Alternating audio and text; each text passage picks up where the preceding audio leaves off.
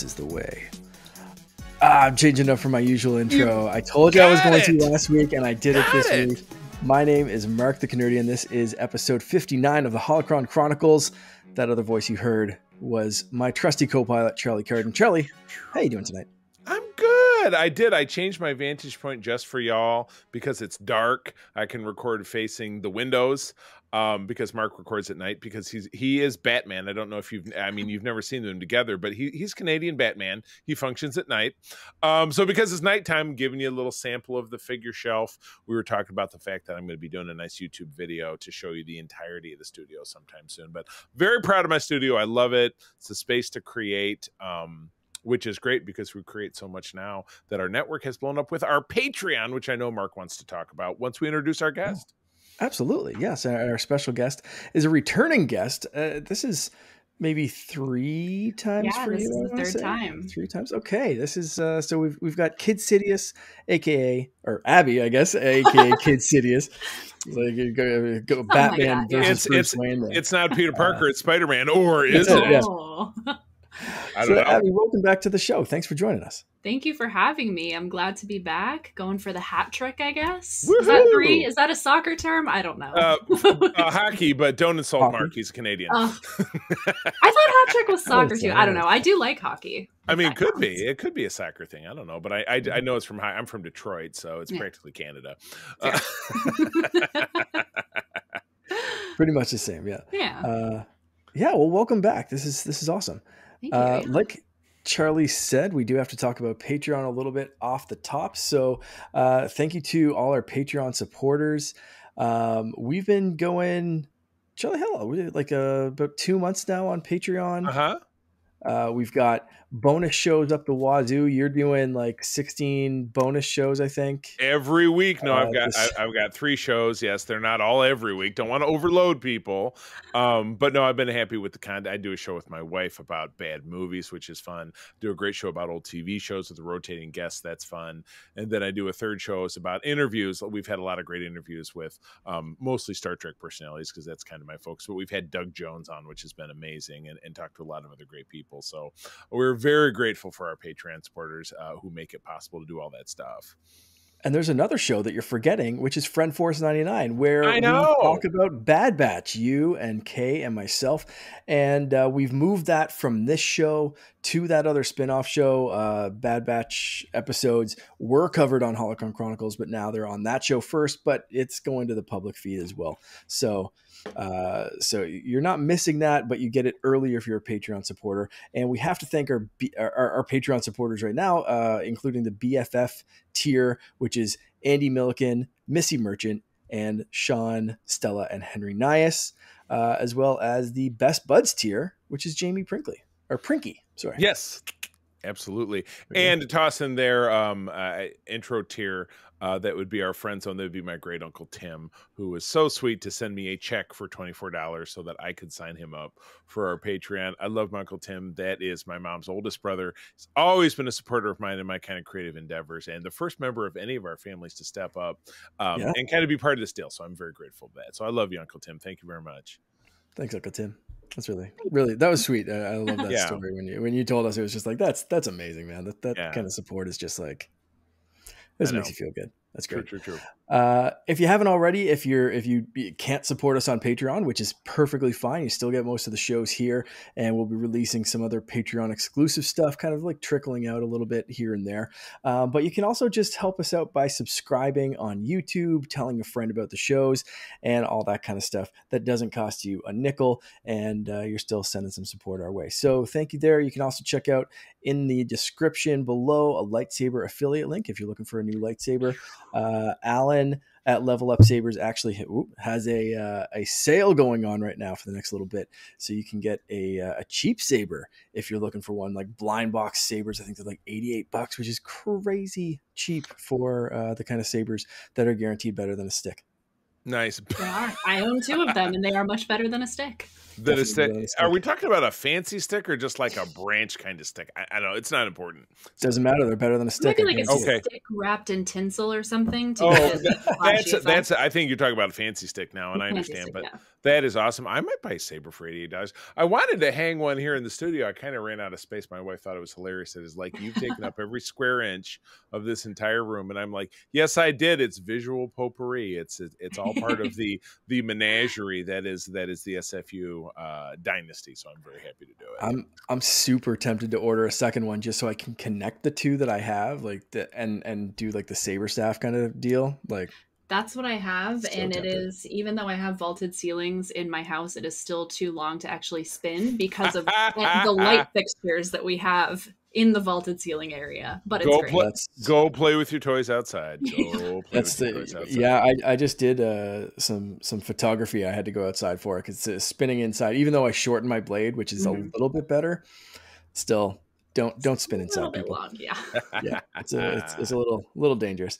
So with all that said, with all that out of the way, Abby, yes, what's new with you? It's been a little bit since you've been on the show. Yeah. Not a ton. I mean, just working and living and watching all of the Star Wars and everything. I'm also kind of like in my anime era right now, so my time is very evenly split between the two and making sure I'm caught up on everything. But You say you're in your anime era, but the latest cosplay I saw was decidedly not anime.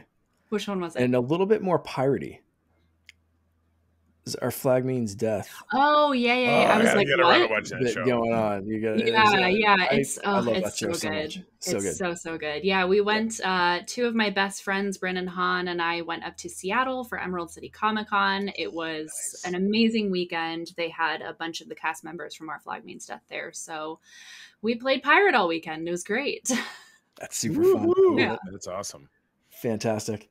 I was talking about.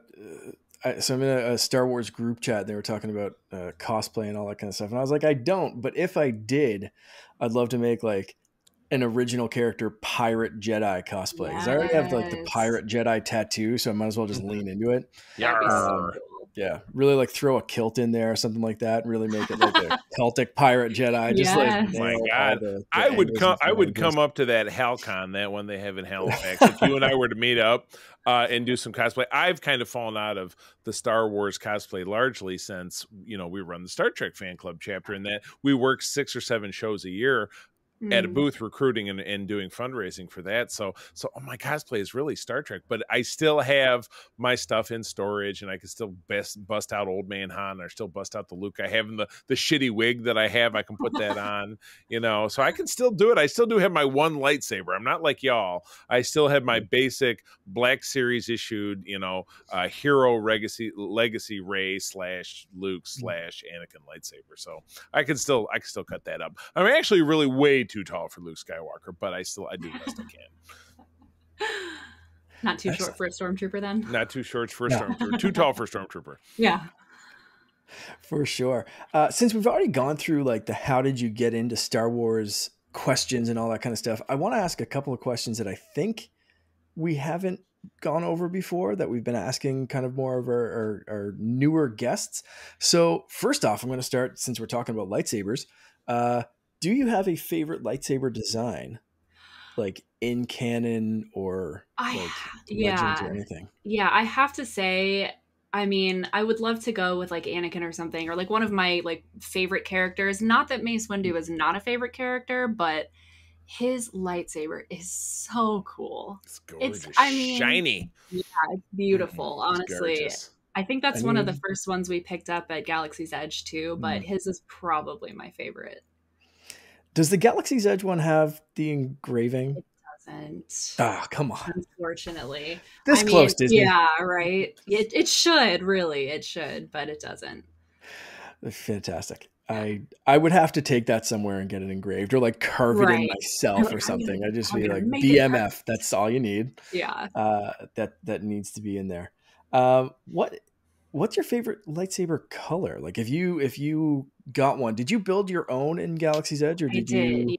Okay, what color spoke to you? It's always been purple, and even just aside of like Mace's, but like purple's my favorite color, so it's hands down I would choose that no matter what. Nice. I'm gonna talk about a purple lightsaber in a little bit, so we'll save that for later. But I do want to also ask your favorite affiliation. Is it Jedi, bounty hunters, Sith, rebels, just like hanging out with Wookiees? What's like Yeah. your Star Wars jam? That's always such a hard question, because I think, and we kind of talked about it the first time I was ever on, I was like, I want to align with the Jedi, but also the Sith for the aesthetic, and then blah, blah, blah. I think, I stay for the style, you know. yeah, I mean, you stay for exactly, the style. exactly. I And the think like cookies. And the cookies, yes. we do have cookies on the dark side. Yeah, Dark chocolate. Exactly. I think personality wise, it would probably fall under Rebels or Jedi. But again, I mean, there's something about the Sith aesthetic that just like speaks to me as like a spooky girl at heart, like black on red, everything.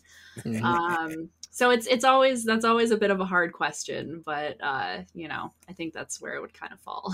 The dark shifting passions of the Sith. Mm-hmm. That's got to be a challenging one. No, I understand. Yeah, that's true. I have to say, I just did like a lightsaber photo shoot kind of thing. So I had a friend that said like he wanted to make like an edit and like blend some colors together, like green, blue, whatever, as a lightsaber kind of edit picture.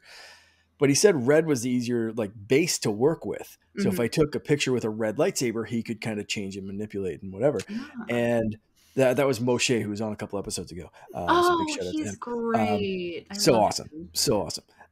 Like the nicest guy. And anyway, so like I took a bunch of pictures with a red lightsaber, but like I kind of like just the pictures, and it's the first time I ever went like that dark side or that, but like something about that red aesthetic. And I did it like my whole house was black. I just turned off the lights and it was just lit by a red saber, and it was like I kind of get this aesthetic. Like it's, yeah. It's that badass kind of like red that. Down in our basement, had all the lights off, took saber pictures, and then my roommate took like a big rip off of his vape and kind of like blew it in the direction of the camera, so it was like smoky and really cool. Yeah, it's just like the end of Rogue One. That's how they provided that smoke. They were just okay, everybody, vaping in the airlock. They were out of money at that point, so they're just like just vape it. Just come on. That's silly. I suppose I could add. Disney doesn't run out of money.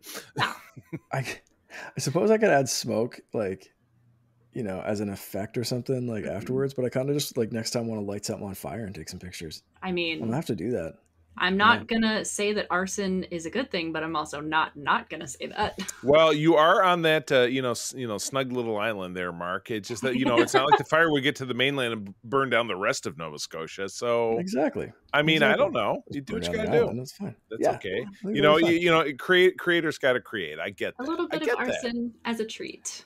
Yes, exactly, exactly. And if that treat, that could end poorly. Speaking of things that end poorly, we have a new question that we've been asking people the last couple of weeks, and I really want to get your scenario for this one, Abby. How do you think? Just buckle up. so I've been leading this with Star Wars is basically just constant suffering wrapped in laser swords and awesome ponchos. So belts if you were in the boots. Star Wars, that's it. If you were in the Star Wars universe, what hilarious and ironic way would you die? While you think of that, I'm going to recap mine, which was seeing some deadly creature and thinking that I could pet it like a kitten and being like, come here, Rancor, you cute little puppy. So-and-so. Come on. And all right. You just destroy me. Charlie's was more inappropriate. It was definitely and Abby already heard this. It was a jacked kind of three-way between a gnarly Wookiee like Black Chrysanthemum and possibly Wicket the Ewok. And we couldn't decide on who was to go first, who was to go last, tops, bottoms, whatever it is, and it was just it all went out the window. And so I got the four horsemen. It was just I got ripped to pieces. So. Oh well. Sorry. Amazing.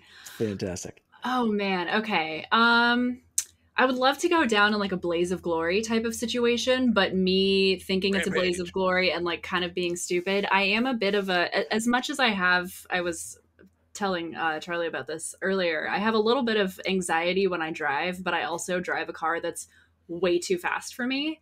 So I would love to maybe be a pod race or like like a low down Coruscant level street race, thinking like I'm gonna take this, and then I just don't have fast enough reflexes, and but it looks really cool. There's a big explosion. My poncho like lights on fire. There's sparks going everywhere. It's The like crowd is freaking out, and I kind of just like the big old pod race from episode 1. Who was the one guy in the cavern who went, and then he blew up? That's you. That's me. Except for I look way cooler. And with a poncho, and your hair is done right. I know your hair is always done right. I understand. His hair was not. It was not on point. He's wearing an ugly helmet. I don't even know if he had hair under that helmet, but something like that. Something me being like that. I can totally do this, and then I totally can't do this. Yeah. I love the confidence and the. It's famous last words situation. Yeah, right. Blaze of glory. I love it. I love it. That's fantastic. That's a good way to die. That's awesome. In Star Wars. Like it was I got this narrator. Yeah, she did not got this. Yes. Is Morgan Freeman? She did not, in fact, got this. It's like, and you definitely, you'd have that person just being like, listen, the last human that could pod race was Anakin freaking Skywalker, like the strongest Force user ever, and then he was just human that was fast enough. Okay, he's the last one. And you'd be like, I got this. That kid sucks. Have you ever? Yeah, I got this. That kid totally sucks. Taking him down. Oh my God! Yes, exactly. Then you're just a great spot. Awesome. Yeah. Like that one. That's Abby. I like that. Speaking of Anakin, I don't know if you guys are familiar with Vader Immortal. I saw a question online, describe a VR game as badly as you can, and others have to guess what game you're describing. And Vader Immortal centers your character kind of gets crashed on Mustafar, and you find out that you have this bloodline of like ancient people that ruled Mustafar, and Vader's trying to find something that can only be unlocked with your blood. And so my submission to this was researching your Ancestry.com family tree when a tall man with asthma whines about his dead wife, and sometimes you have glow sticks. So the thing that you're trying to get back, Vader thinks that can bring back Padme. And they can really get that from a nose swab. I'm impressed. Just 100%, 100% Tatooine whiny slave boy. Yes, exactly. Crispy fajita. Yeah. Oh no. Oh, yikes. Toast crisp Vader. Teriyaki style. That's it. Incredible. Amazing. I know you guys haven't had a chance to watch, but I have to mention the only real bit of news that I've seen pop up is that they just released Star Wars Young Jedi Adventures. They released 3 shorts for free on YouTube. These haven't hit Disney Plus yet, so you can just go out and watch them. They're absolutely adorable. Finn and I watched all 3 of them, but the 3rd episode in particular, I think it was the 3rd one. Anyway, it was one that was featuring this really cute little cat that he just got the biggest kick out of. This full season drops April 26th on Disney Junior and Disney Plus. So I don't think they're going to be shorts, but man, these 3, it's so awesome to see like a kid show for Star Wars centering on like some Padawans, and Yoda's in it and he's kind of training them. So this is like back High Republic era. Yeah. So, these kids aren't going to get Order 66th, and it's just so much better. It's so great. We love watching Spidey and his amazing friends. Oh, and God. This is very much in that same kind of vein of like same bright poppy kind of animation. I'm super excited for more of this. I don't know if this is either of your jams, but no, it absolutely because my kid's been freaking out all day. I keep seeing his name is Nubs, right? Everywhere. Yeah. He is so cute. I'm curious about the YouTube before the Disney Plus, but like what YouTube stream would I find this on, and what? It's on Disney Junior. It's on Disney, but you were able to track it on YouTube somehow. Disney Junior's YouTube channel. Disney Junior's YouTube channel. Okay, it's just it's bizarre because I don't play in that space of Disney Junior because I don't have a kid at home. So yeah, it would have stayed totally off my radar until April 26th. But that's fun. That's you heard it here first, people. If you're if adults are hopefully your kids aren't listening to this because the show gets a little blue because we recorded it at night. We're a little crazy, but no, that sounds like fun. And I know my wife loves the cutesy poo Star Wars stuff, loves the Ewoks, loves Grogu, loves porg, you know. So yeah, love porg, a slightly fried porg, maybe defrocked with a little lemon sauce. I mean, oh wait, no, this a little bit too much detail. I apologize. Just in a silly, goofy mood here. Yeah, always. So one of the characters though does have a purple lightsaber, and that's Liz Soleil. So she's one of the main characters, along with Kai Brightstar and the aforementioned Nubs, who are they're all adorable. They're all fantastic. I need to go watch that. And Nubs is voiced by D. Bradley Baker. So, the things that he voices that I find out, like he, I guess, voiced the fish in SpongeBob that's trying to start a fight with like he has like a saxophone, I think, and he did like Perry the Platypus. And I'm just like, this man. Oh my God. That man he'll never stop working until he just can't speak anymore. Seriously. My goodness. He is I mean, he crosses the aisle. He's in Star Wars and Star Trek. He's Murph on Star Trek Prodigy, where he just makes noises. And he does a great job of it. So, you know, and nobody just makes weird noises like that, man. He's fantastic. And that's kind of what Nubs is too. Yes. Yeah. It's some words, but a lot of just noises. And it's like him and Alan Tudyk have the animal sounds like on lock, because he was the chicken in Moana. Oh God. Yeah. The rooster. Yeah. Nice. Yeah. Alan Tudyk's he's done a bunch of like Disney stuff. They just keep putting him in things. He was also the parrot in Encanto, or the toucan or whatever. Yeah. Yeah. I didn't know that. So he said something like Disney has like hours worth of recordings of him just pretending he's a bird. Yeah. Whether it's the chicken in Moana or whatever. And I want them to release all of that, because I would listen to Alan just Tudyk tapes. 4 hours of just Alan Tudyk being in just like all of the bird programming you can handle. 100%. I saw a clip of him doing the Moana bird voice, and he just turns the camera. He's like, "I went to Juilliard." Like, and the check's cash. Yeah, there you go. Listen, if Disney ever wants me to sit in a studio for 4 hours and make squirrel noises, like, sign me up. Send the dump truck full of money, and I will be in the studio. It's okay, but make sure you get that dump truck here. Here's my address. Honestly, at this point, I'd settle for like a duffel bag or a sandwich bag full of money. Maybe like a Honda Civic hatchback of cash. It's okay. Yeah. That is truly the dream, is to voice act in one capacity or another for Star Wars. God. So whatever noises you want me to make, I'll do it. I can do accents. It's what we're all working on here. One of us needs to get around to getting an agent, and maybe we can make that happen. There we go. I think with all of your recent interview connections, Charlie, I think you're probably the closest for those kind of industry connections. We shall say. So we're waiting to hear you voice some alien in Star Trek. Judge Judy. You got it. Yes, exactly. That's it. Time. Let's get into the main bit of this episode, which is the last 2 episodes of The Mandalorian. We've got the convert and the foundling. We can kind of talk about these a little bit together, since they really start to flow in with one another. But Charlie, do you want to kind of recap what happens in each of these, and then we'll talk about them as a whole?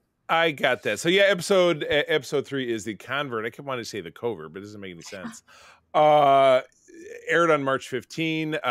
So as Din is recovering, he and his soon-to-be lover, Bo-Katan, sorry, I'm just predicting, depart Mandalore, though Bo withholds the Mythosaur's existence from him, which obviously she saw when she was fishing his ass out of the drink in the last episode. Upon returning to... what is the name of this planet? Kalevala. Oh, I like that. They are attacked by an Imperial TIE squad, who Bo destroys, and they are forced to retreat. And then we jump over to Coruscant, and we see Dr. Pershing again. He's been pardoned by the New Republic. And he's startled to find that Elia Kane, who is with him on the ship, is among the other amnesty program recipients. Kane agrees to assist Pershing in his efforts, so she kind of blackmails him a little bit, uses her feminine wiles potentially.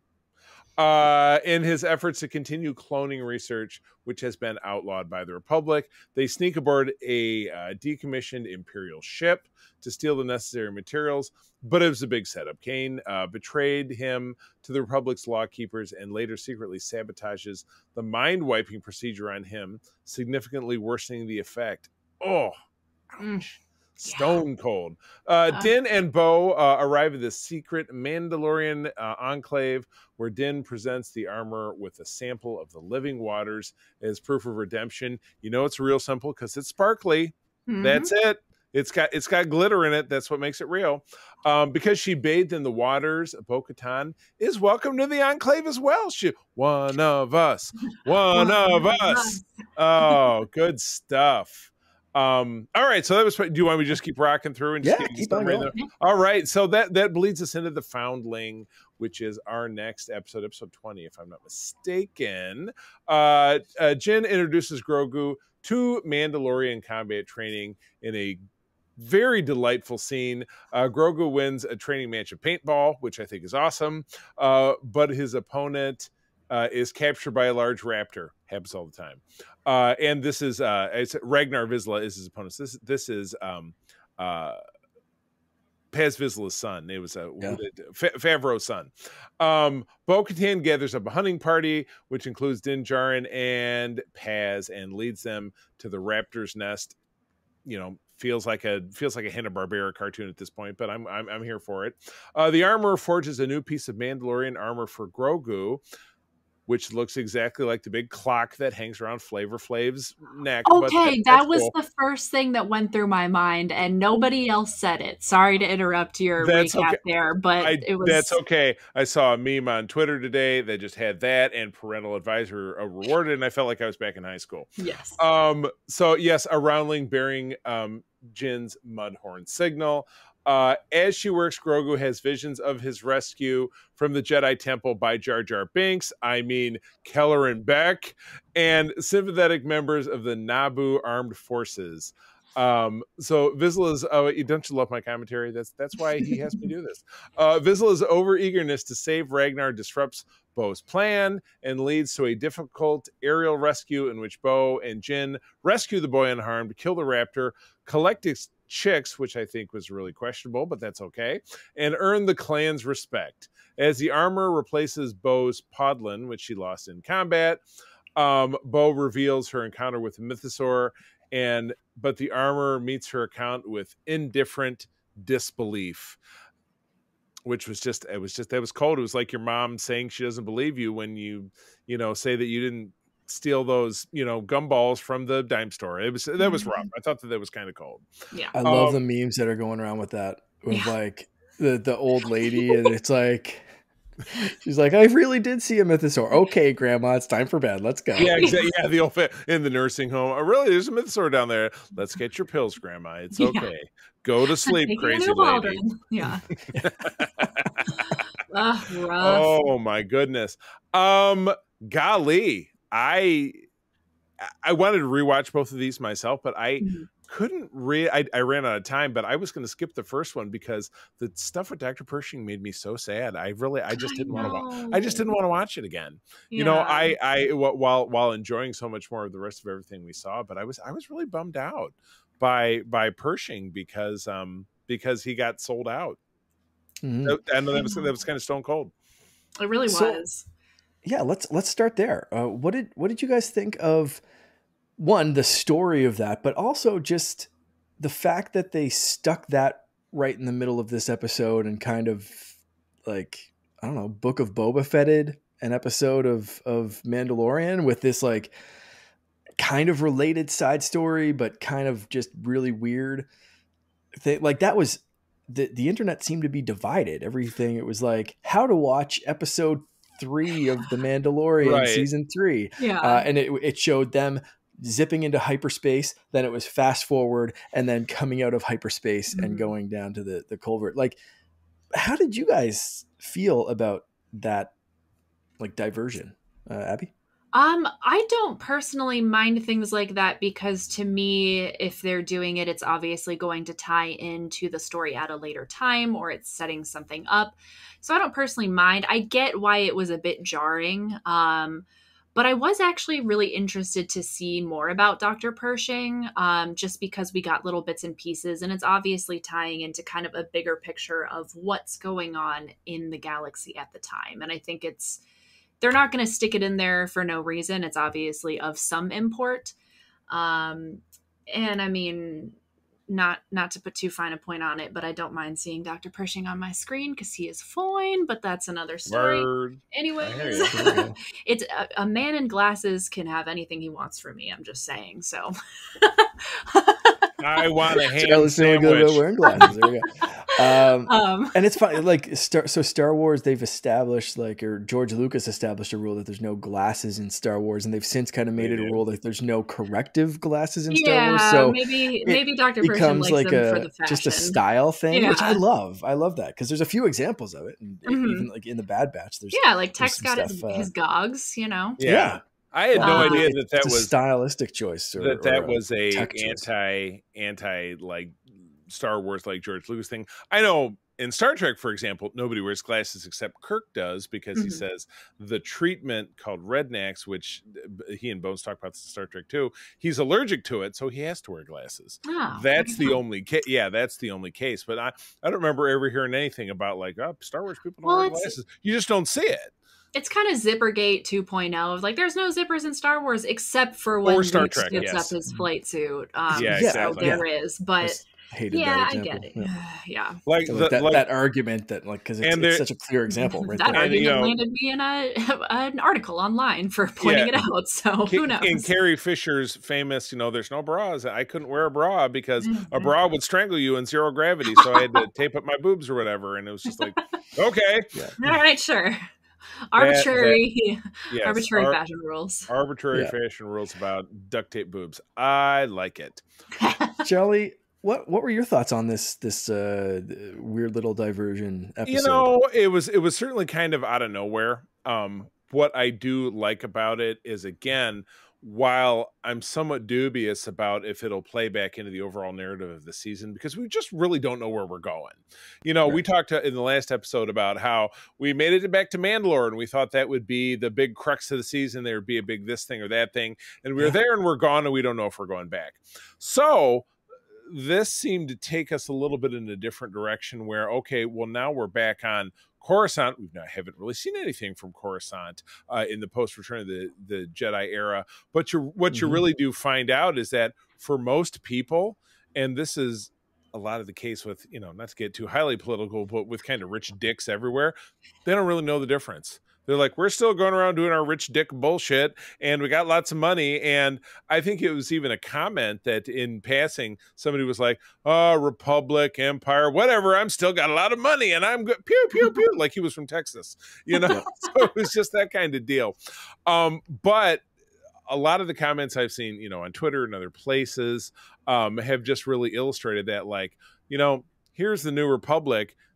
They're not so great as the Empire. They're still a little bit of toothless. You see that they're incompetent, and that's where you see the big, a window big enough to drive a truck through, that the First Order shows up and just kicks their balls all over the place because they're just not paying attention.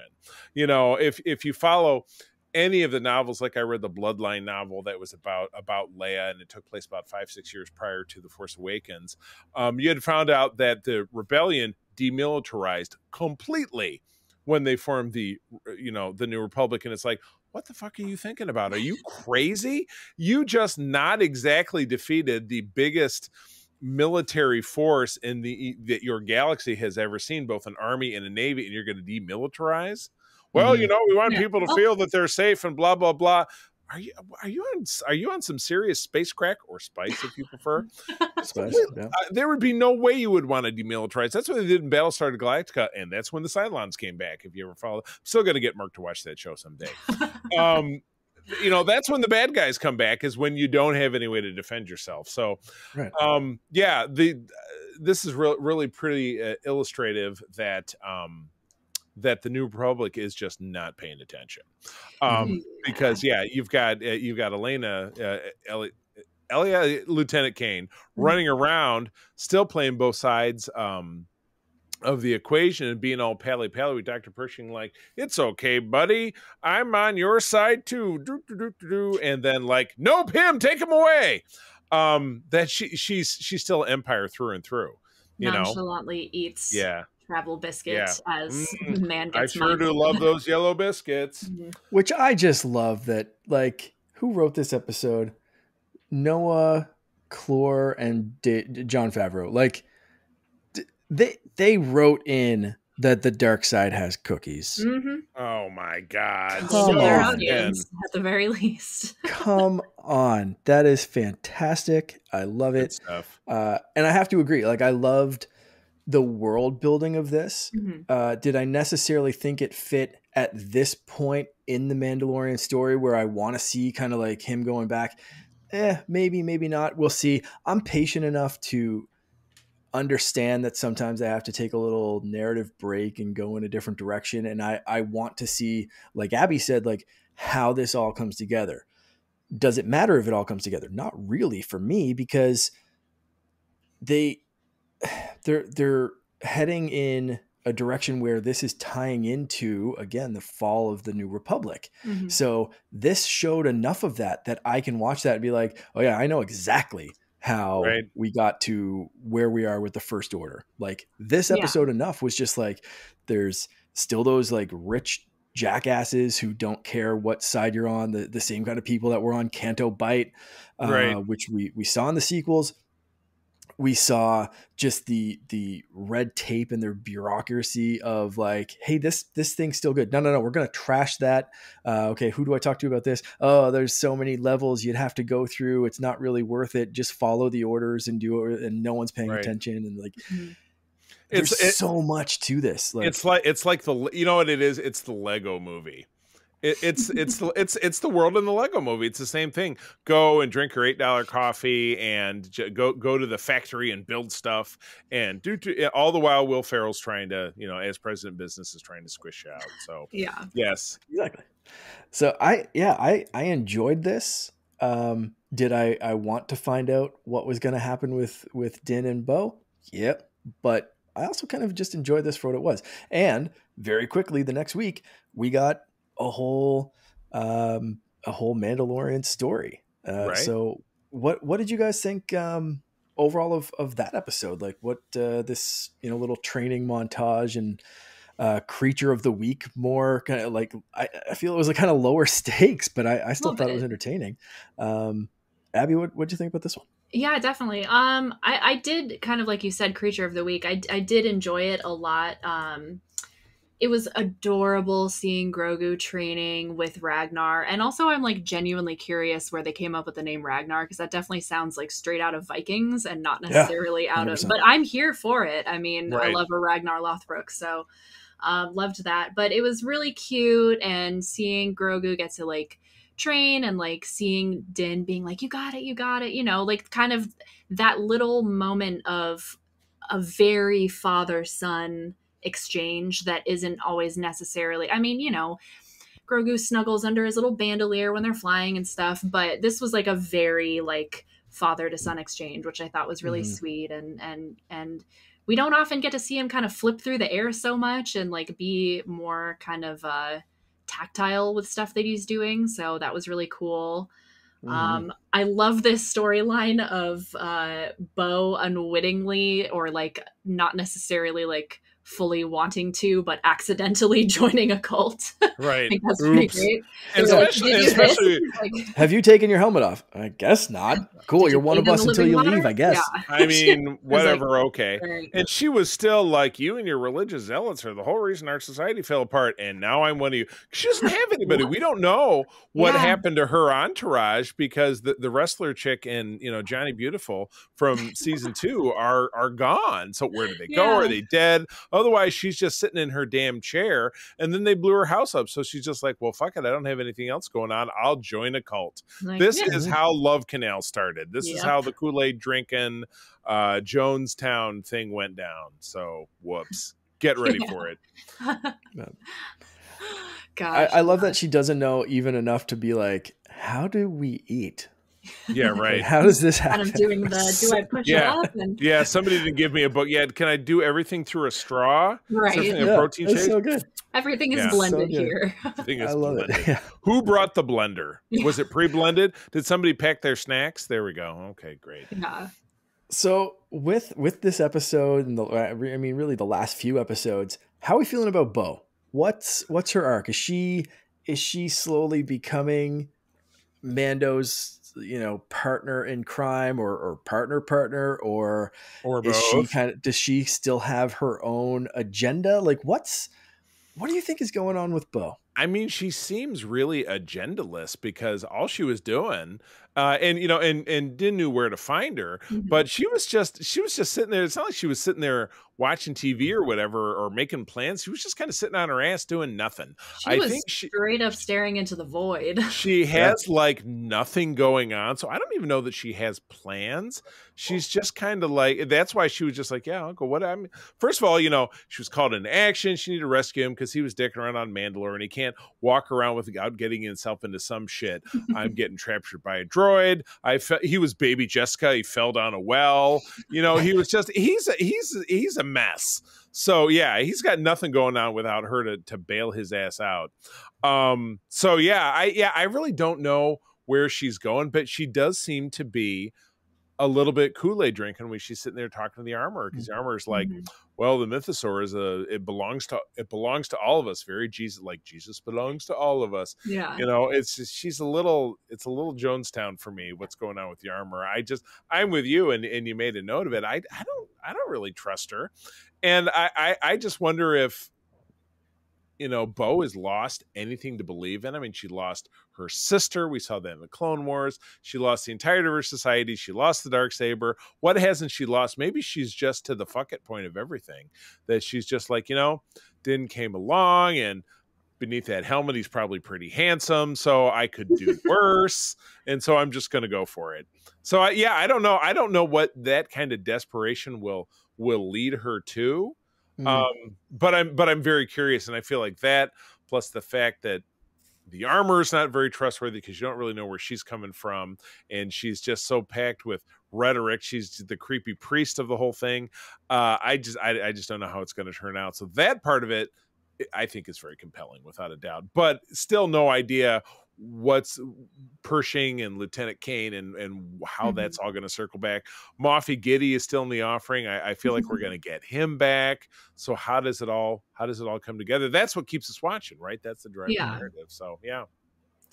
Abby, what about you? Do you feel similar to Charlie, or are you kind A of little bit, yeah. I definitely think, like you said, she's kind of lost everything, and she's a little bit listless, and she maybe has an idea of like best case scenario, what would I do if I had the resources, the people, etc. But I also think it's really interesting to see where she's gone from when we first meet Bo-Katan in Mando, and she's like, you're a religious extremist, like you're essentially the Westboro Baptist of like the Mandalorians at this point. Right.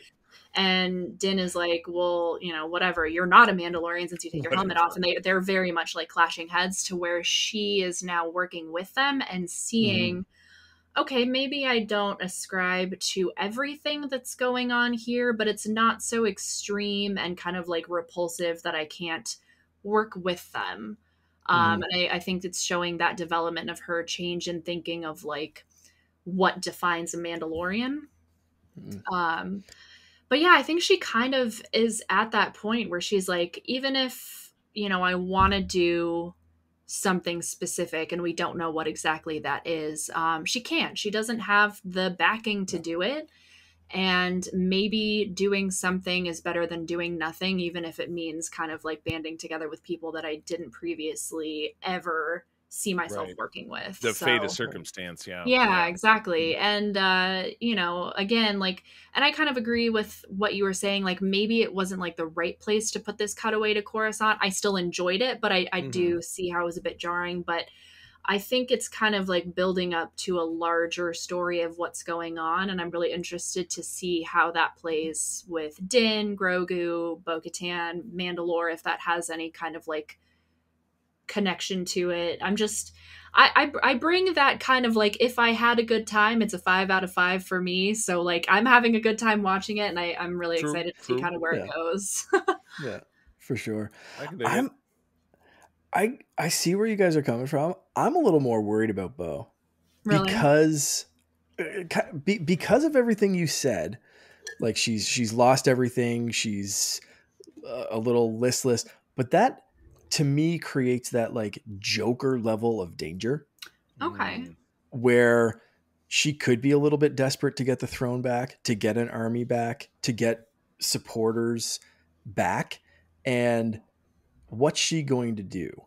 Now she saw the mythosaur. She's starting, I think, to kind of come around as like, maybe they're not all bad, like you guys said. You know, maybe I thought they were Westboro Baptist, but they're still just like maybe a little bit churchy, but not terrible. Like, you know, like that, like there could be a little bit of that, but I also like, I'm not sure if I fully trust her yet.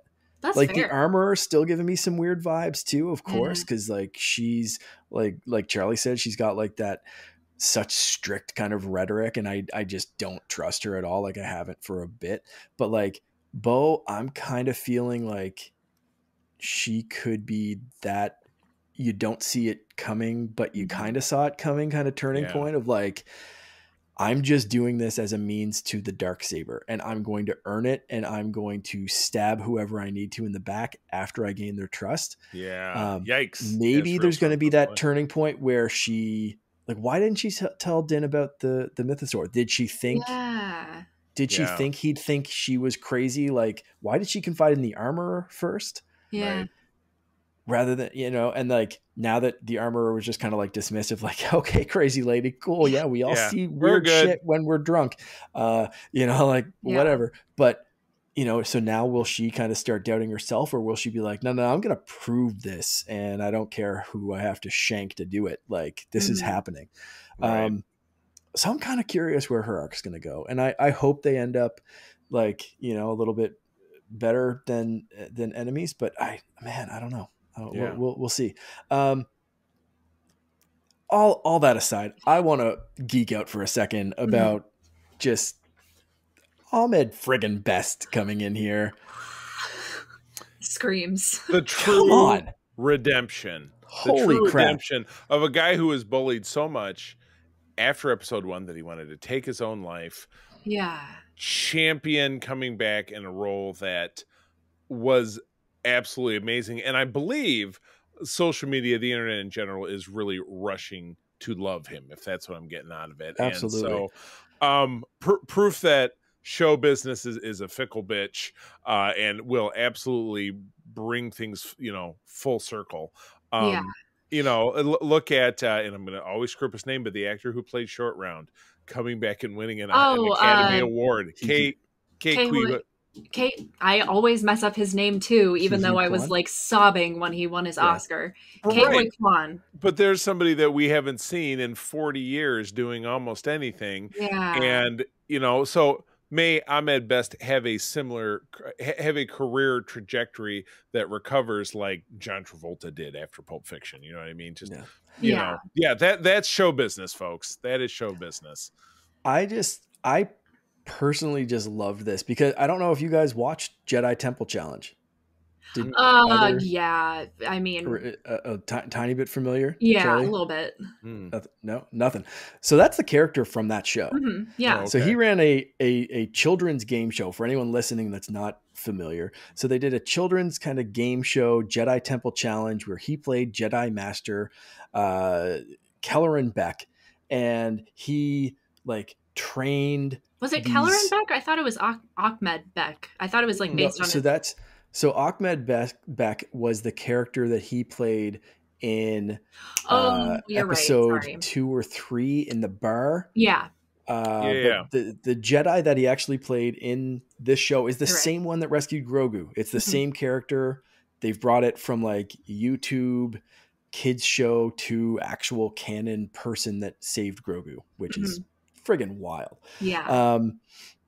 It's so great. It was his name in the show was the Sabered Hand, and we saw why that was a thing in this where he's got 2 sabers spinning.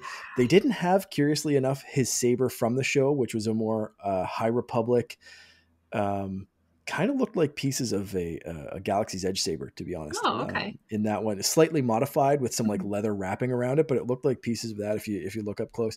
And it was a purple blade, I believe, in that show as well. In this, it looked like he may have just like something happened to that one. He picked up 2 sabers from Fallen Jedi and just kicked a ton of ass with it.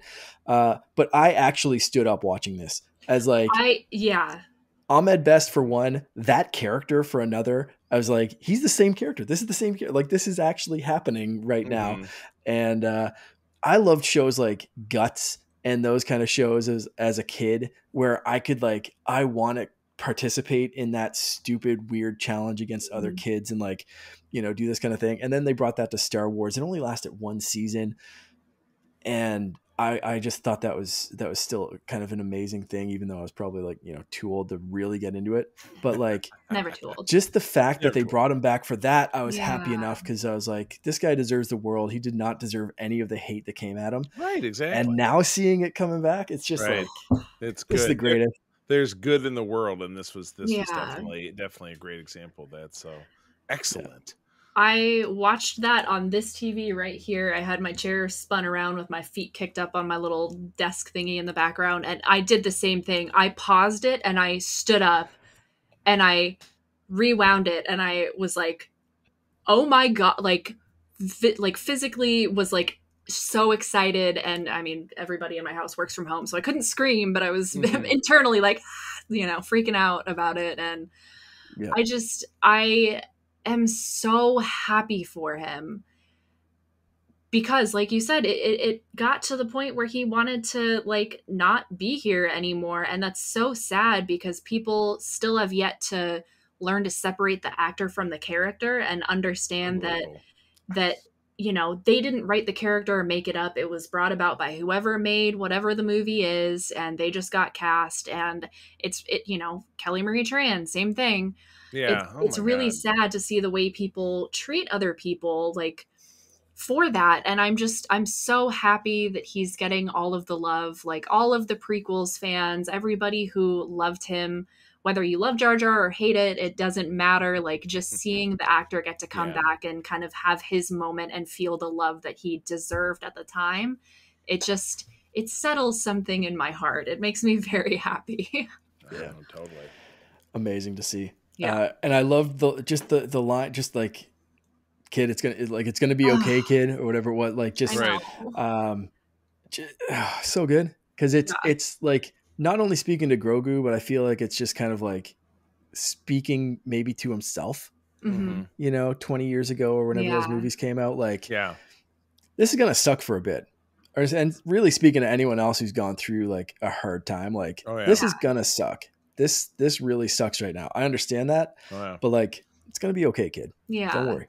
Yeah, like we've got you. Everybody needs to hear that at one point or another. Very true. Yeah, and I love it, and setting up for what I'm sure we will see in some way, shape, or form, and hopefully it's on the screen, because while I do follow the comics, I will, you know, I'll pop back in here and there, or a book or something with High Republic. I would prefer to see things on the big screen. I think it's on any screen, I should say, because really we're not getting the big screen right now.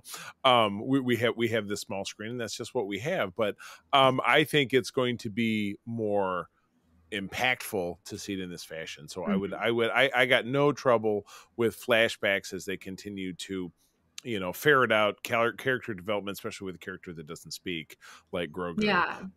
But it's great to see a story. So yeah, I'm enthused. I like that, and I was happy for him. So that was great. Final thing, where do you guys think we're going next? Do you think we're going to pick up with Pershing? Do you think we're going to pick up a little bit more of Grogu's backstory? Are we going to focus on Din and Bo and the Mandos? Like, where's this? I just really have no super solidified idea. While I do feel like Din and Bo and the Mandos will drive the bus, I feel that the Pershing storyline and the Republic storyline has to coalesce in some way. Otherwise, it's just like, well, why the hell do we do any of that? What was the purpose? So there has to be something that has to be leading us down to the path to, you know, Moff Gideon, Moffy Giddy, as he is sometimes. I feel like Trump. Some people call him Moffy Giddy. Yikes. Coming out, and he does a big, jailbreak, and he's coming back for Grogu and whatever.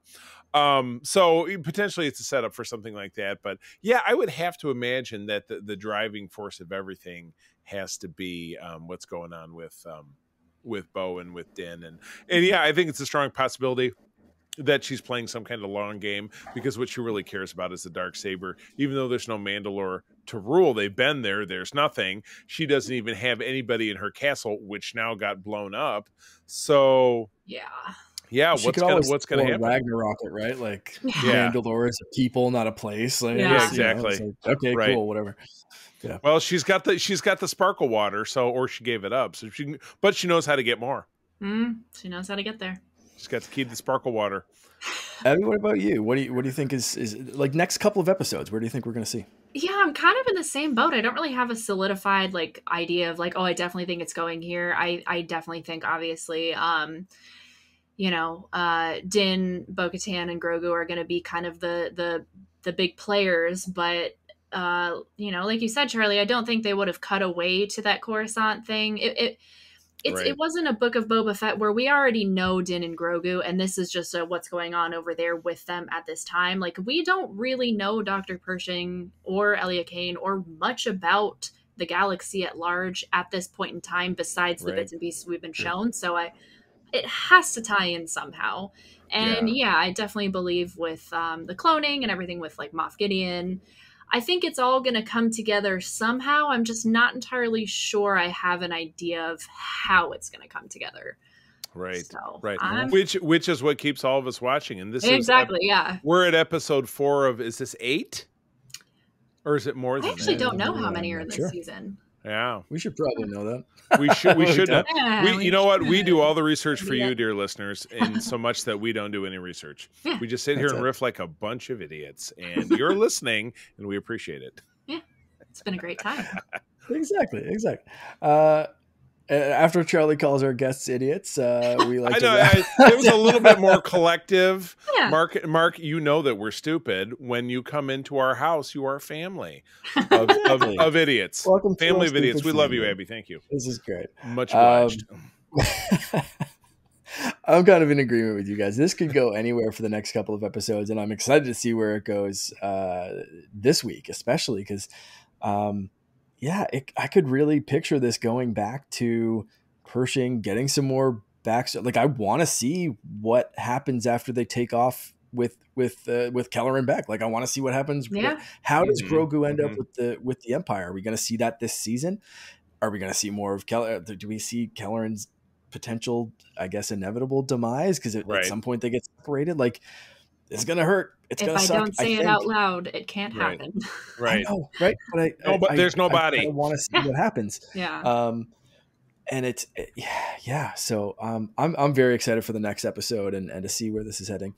But until then, I guess it's time to wrap it up. So, Abby, thank you so much for joining us. Of once course, again. It's so good to be back.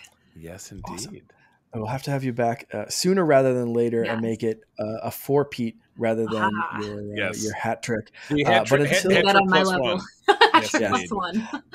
Until then, where can people find you on the internet if you want people to find you on the internet? Yeah, so I'm on all social media platforms, though I have been woefully uninvolved in TikTok for the past couple of weeks because my mind is tired. But I am everywhere at KidSidious_. That's Twitter, TikTok, and Instagram. And that's about it. Can't find me anywhere else. Excellent.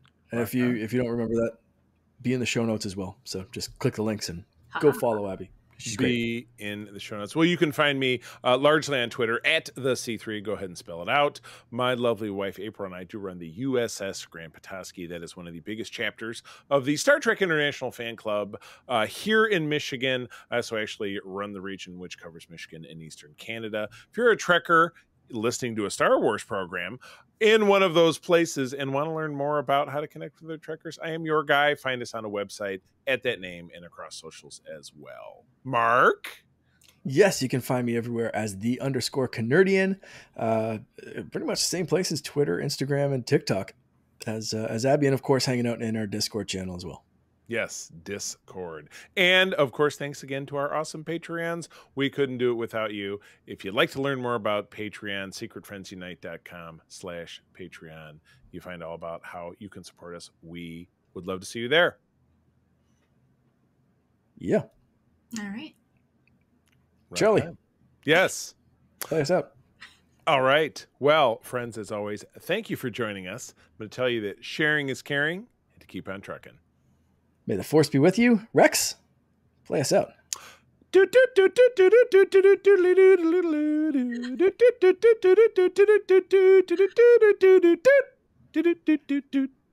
that's what I was waiting for. He just like left me hanging there for a second. Yeah, I kind of tuned out for a minute there. My bad. Sorry. It happens. It happens. This podcast is part of the Secret Friends Unite podcasting network. Visit secretfriendsunite.com for more great shows, articles, news, reviews, and more. Secret Friends Unite podcasts are available on Apple, Google, Spotify, and other podcast services around the world. If you'd like to be part of the conversation, you can join us on Facebook or our new Discord server, or follow @SecretFriendsU on Twitter. Please subscribe to Secret Friends Unite on YouTube and visit our merch store at tpublic.com. Just search Secret Friends Unite. Thanks for listening.